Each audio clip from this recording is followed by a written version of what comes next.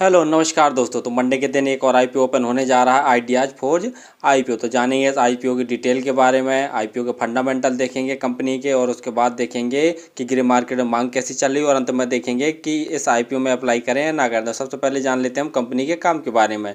जैसा जानते होंगे कि आइडिया फोर्ज की स्थापना 2007 में हुई थी, और यह देखा जाए तो मुख्य रूप से ड्रोन बनाने वाली कंपनी है। ड्रोन का उपयोग आप जानते ही हैं कि निगरानी और अन्य चीज़ों, निरीक्षण और अन्य चीज़ों में इसका उपयोग होता है। और देखा जाए तो पूरी इंडिया की अगर बात करें तो आइडिया फोर्ज कुल ड्रोन का 50% हिस्सेदारी कुल मिला के इसकी इंडिया में है, यानी 50% ड्रोन मार्केट सिर्फ आइडिया फोर्ज ही संभाले हुए है। तो इसके कारण ग्रे मार्केट में इसकी बम्पर डिमांड चल रही है। तो काम तो लगभग आपको समझ में आ ही गया होगा, और जैसा जानते ही हैं कि आने वाले दिनों में ड्रोन की बहुत बम्पर मांग होने वाली है।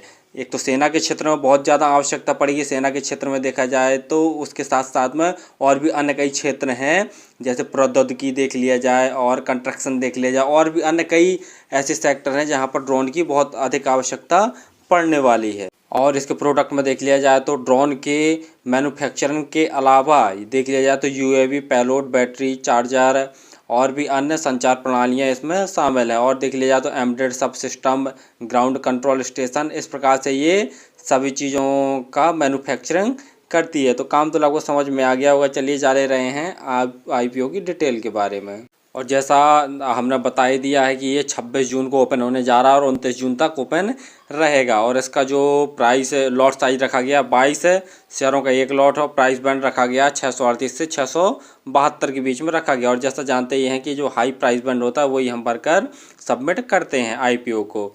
और देख लिया जाए तो जो आईपीओ का इशू साइज है वो 567 करोड़ का है, और यह है एनएससी बीएससी दोनों में लिस्ट होने जा रही है। इसके साथ देख लिया जाए तो क्यूआईबी कोटा 75% है, एनआईआई कोटा 15%, और हम जैसे रिटेल भाइयों का कोटा है वो सिर्फ 10% है, जो कि बहुत नेगेटिव पॉइंट वाली बात है कि इतना बम्पर आईपीओ आया है और हम जैसे रिटेल भाइयों के लिए सिर्फ 10% जैसा कोटा ही रखा गया है। और देखे लेने तो जैसा हमने बता ही दिया, ओपनिंग डेट 26 जनवरी है, क्लोजिंग डेट 29 ओपनिंग डेट 26 जून है और क्लोजिंग डेट 29 जून है। और जो अलॉटमेंट है, अलॉटमेंट आपको 4 जुलाई को पता चल जाएंगे। अगर 4 जुलाई की शाम तक नहीं पता चलते हैं तो 5 जुलाई की मॉर्निंग तक आपको पता चल ही जाएगा। और पैसे से भी पता चल जाता है, यदि आपके पैसे क्रेडिट हो जाएंगे आपके अकाउंट में वापस तो समझ लीजिए आपको आईपीओ अलॉट नहीं हुआ, और यदि आपके अकाउंट से पैसे डेबिट हो जाएंगे, डेबिट का मैसेज आ जाएगा, तो समझ लीजिए कि आपको आईपीओ अलॉट हो गया है। और अगर आपको आईपीओ अलॉट नहीं होगा तो 5 तारीख को ही आपके लगभग पैसे वापस आ जाएंगे।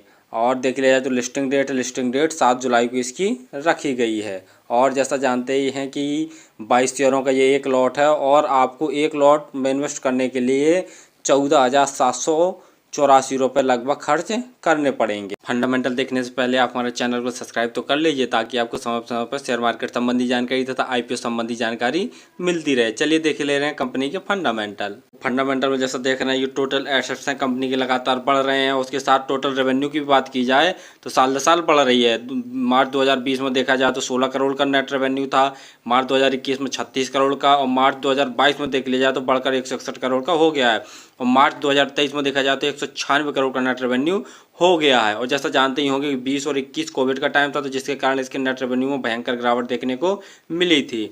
और प्रॉफिट आफ्टर टैक्स देख ले रहे हैं तो स्वाभाविक सी बात है, जब नेट रेवेन्यू में गिरावट होगी तो लॉस होगा ही होगा। मार्च 2020 में देखा जाए तो कंपनी को 13 करोड़ का लॉस हुआ था, 21 में देख लिया जाए तो कंपनी को 14 करोड़ का लॉस हुआ था, और देख लिया जाए तो मार्च 2022 में कंपनी को 44 करोड़ का नेट प्रॉफिट हुआ था। और मार्च 2023 में थोड़ा सा प्रॉफिट घट गया, क्योंकि कंपनी ने जो अपने एक्सपेंसिव अर्थात खर्चे वो कम नहीं कर पाते, जिसके कारण प्रॉफिट घट गया है। 31 करोड़ जैसा प्रॉफिट लगभग बचा है। और नेटवर्थ में भी देख रहे हैं कि साल दर साल बम्पर ग्रोथ देखने को मिल रहा है। और उसके साथ अगर कर्जे की बात करें तो कर्जा भी थोड़ा थोड़ा कंपनी के ऊपर बढ़ रहा है। जैसे मार्च 2020 की बात करें तो 5 करोड़ के आसपास कर्जा था, जो कि बढ़कर मार्च 2023 में 86 करोड़ जैसा कर्जा हो गया है कंपनी के ऊपर।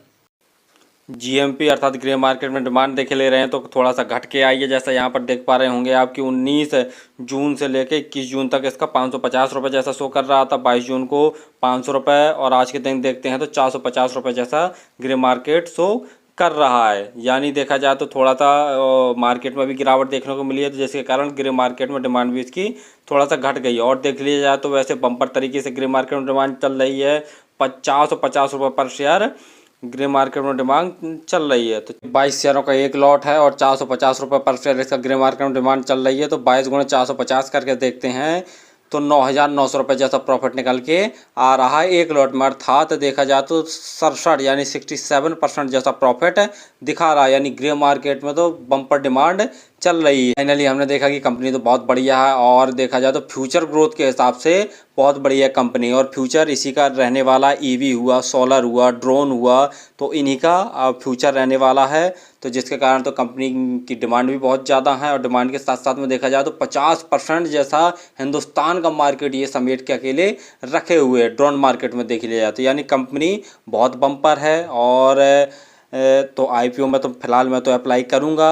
और अगर आप आईपीओ में अप्लाई करते हैं तो अंतिम दिन ही वैसे किया करें, जैसा हम बता ही चुके हैं आपको पहले भी कि ग्रे मार्केट में डिमांड कैसी चल रही है वो देख के। और ग्रे मार्केट के साथ साथ देख लिया जाए सब्सक्रिप्शन, तो ग्रे मार्केट में डिमांड तो बहुत बम्पर चल रही है। सब्सक्रिप्शन और देखना है कि लगभग 10 गुना से ज़्यादा तो कम से कम सब्सक्राइब हो ही जाए, तो आप इसमें बेहिचक है अप्लाई कर सकते हैं। तो प्रॉफिट होने के चांसेस आपको बहुत ही ज़्यादा ही रहेंगे, लॉस होने के चांसेस ना के बराबर रहते हैं। और फिर भी किसी आईपीओ में अप्लाई करें तो आप स्वयं का एनालिसिस जरूर कर लिया करें। आपके जो फंडामेंटल एडवाइजर हैं उनसे सलाह जरूर ले लिया करें। धन्यवाद।